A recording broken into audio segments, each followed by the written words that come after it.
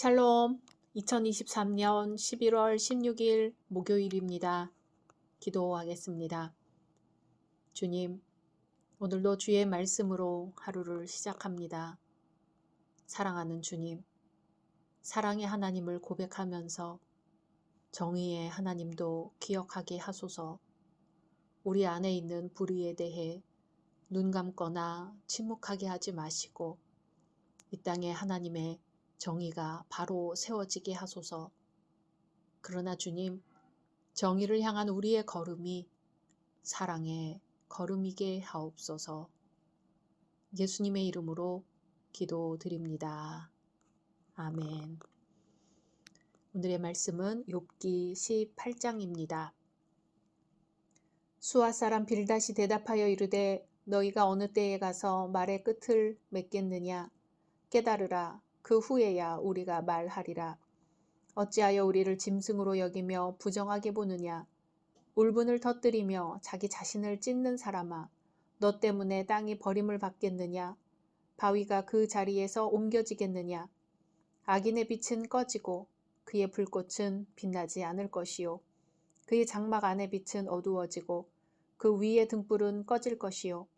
그의 활기찬 걸음이 피곤하여지고 그가 마련한 꾀에 스스로 빠질 것이니 이는 그의 발이 그물에 빠지고 올가미에 걸려들며 그의 발 뒤꿈치는 덫에 치이고 그의 몸은 올무에 얽힐 것이며 그를 잡을 덫이 땅에 숨겨져 있고 그를 빠뜨릴 함정이 길목에 있으며 무서운 것이 사방에서 그를 놀라게 하고 그 뒤를 쫓아갈 것이며 그의 힘은 기근으로 말미암아 쇠하고 그 곁에는 재앙이 기다릴 것이며 질병이 그의 피부를 삼키리니 곧 사망의 장자가 그의 지체를 먹을 것이며 그가 의지하던 것들이 장막에서 뽑히며 그는 공포의 왕에게로 잡혀가고 그에게 속하지 않은 자가 그의 장막에 거하리니 유황이 그의 처소에 뿌려질 것이며 밑으로 그의 뿌리가 마르고 위로는 그의 가지가 시들 것이며 그를 기념함이 땅에서 사라지고 거리에서는 그의 이름이 전해지지 않을 것이며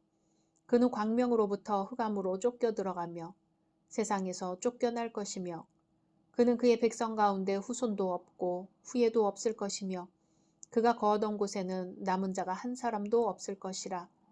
그의 운명에 서쪽에서 오는 자와 동쪽에서 오는 자가 깜짝 놀라리라. 참으로 불의한 자의 집이 이러하고 하나님을 알지 못하는 자의 처소도 이러하니라. 아멘.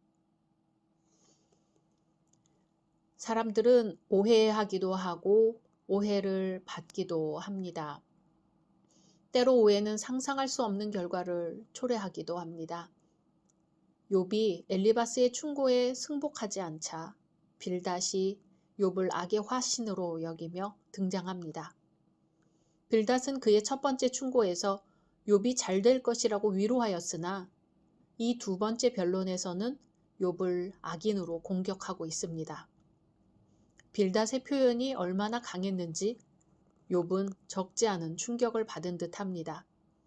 그래서 욥은 19장 21절에서 나의 친구야, 너희는 나를 불쌍히 여기라고 호소하고 있습니다.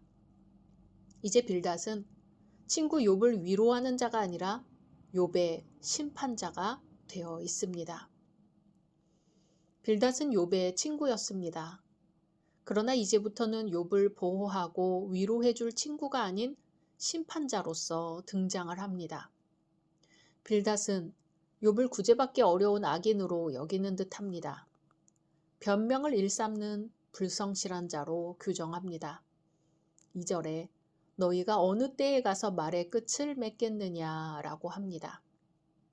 너희라고 지칭하고 있는 것은 욥을 비롯한 다른 친구들을 가리키는 것으로 보이나 주요 공격 대상은 욥임에 틀림없습니다.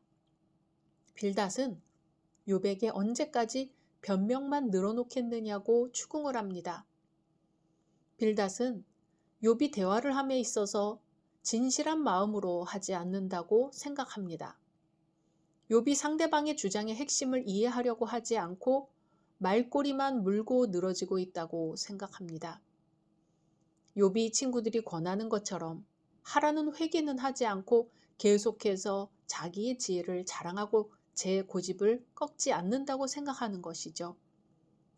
빌닷은 이번에는 욥이 미련한 자라고 합니다. 2절에 깨달으라 그 후에야 우리가 말하리라고 합니다.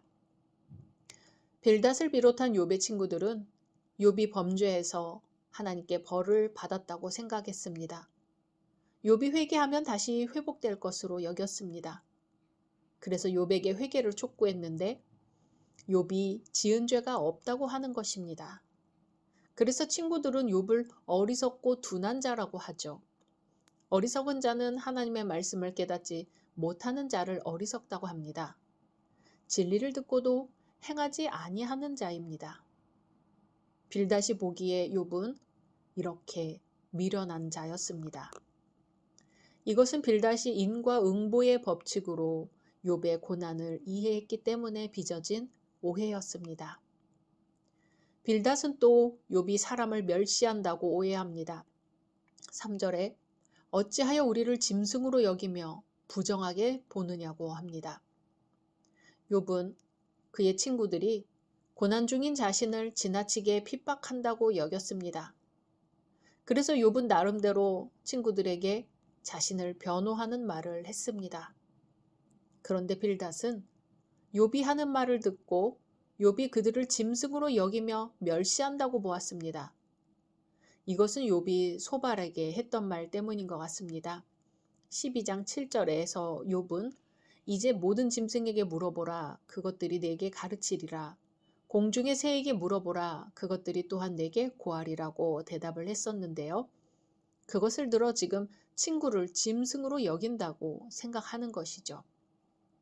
사실 욥의 이 말은 친구들을 멸시해서 한 말이 아니었습니다. 모든 짐승들은 하나님으로부터 생명과 먹을 것을 공급받고 하나님의 주권에 복종하고 있으니 그것을 배워야 한다는 뜻이었는데 지금 욥과 빌닷은 서로 의사소통이 되고 있지 않습니다. 우리는 인생을 살면서 오해하기도 하고 오해를 받기도 합니다. 욥과 친구들이 서로를 오해하고 있습니다. 사랑은 상대방을 이해하는 것입니다. 참 사랑은 이해를 넘어서 용납하고 수용하는 단계까지 나아갑니다. 상대방이 잘못을 했을지라도 용납할 수 있는 것이 사랑입니다. 우리 주님께서 우리 형편을 이해하시고 용납하시고 용서하셨습니다. 주님을 본받아 우리의 사랑이 이해하고 용납하고 용서하는 데까지 나아가기를 소망합니다. 이어지는 빌닷의 변론을 보면 계속해서 인과응보의 원칙으로 이야기합니다. 의인은 흥하고 악인은 망한다는 것이죠. 빌닷이 보기에 욥은 선한 척했으나 실상은 악한 자이기에 심판이 임해 이러한 고난을 당한다는 것입니다. 욥의 친구들이 욥에게 한 말은 결과적으로는 욥에게 적용되지 않는 것이지만 일반적인 진리로서는 맞습니다. 인과 응보의 원칙에 대한 빌닷에 이어지는 견해를 들어보겠습니다. 악인은 진노를 두려워합니다. 악인은 자신의 죄책감과 하나님의 진노에 대한 두려움으로 인한 끊임없는 공포 때문에 놀라고 낙담합니다.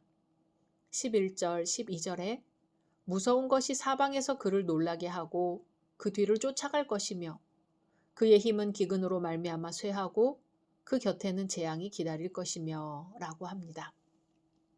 죄인은 잠시 동안은 하나님에게서 도망할 수 있을지 몰라도 결국은 진노를 받고 재앙을 당할 것이라는 겁니다. 또 악인은 비참하게 죽습니다. 죽음은 모든 두려움의 왕입니다. 모든 두려움이 죽음의 이름으로 죄인을 대적하여 싸웁니다. 악인은 그의 가족까지 망하고 죽임을 당합니다. 하나님의 진노와 저주가 그의 머리와 가슴뿐만 아니라 그 집에도 임하여 그들과 함께 그 나무와 그 돌까지 살라버립니다. 죽음은 그의 장막에 거하고 그를 쫓아낸 후에는 그 집까지 차지할 것입니다. 그리고 온갖 두려움과 멸망만을 남겨다 줄 것입니다. 빌닷이 진술한 변론을 통해 우리는 악인의 삶이 형통하고 번영할지라도 이는 영원한 것이 아닌 불꽃이나 등불과 같이 금세 꺼져 영원히 사라질 것에 불과하다는 걸 깨달을 수 있습니다. 공의로우신 하나님께서는 심판자가 되셔서 장차 심판의 날에 각자의 행위대로 보응을 하신다는 것이죠. 빌닷의 말은 옳습니다. 또한 진리입니다. 다만 욥이 당면한 상황을 염두에 두고 한 말로서는 적절하지가 않습니다. 13절에는 사망의 장자라는 표현을 썼는데 치명적이고 참혹한 질병을 뜻하는 의인법적인 묘사입니다. 빌닷은 욥에게 닥친 끔찍한 질병에 대해 이러한 묘사를 했습니다.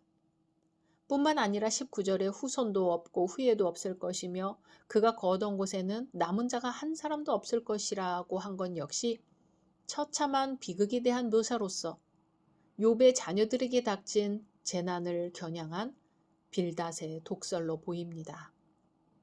이러한 사실로 볼 때 빌닷은 욥에게 닥친 재난을 악인이 당할 징벌과 동일 선상에 놓음으로써 결국은 욥이 불의한 자요 악인이라는 것을 강조하려고 한 것을 알 수 있습니다.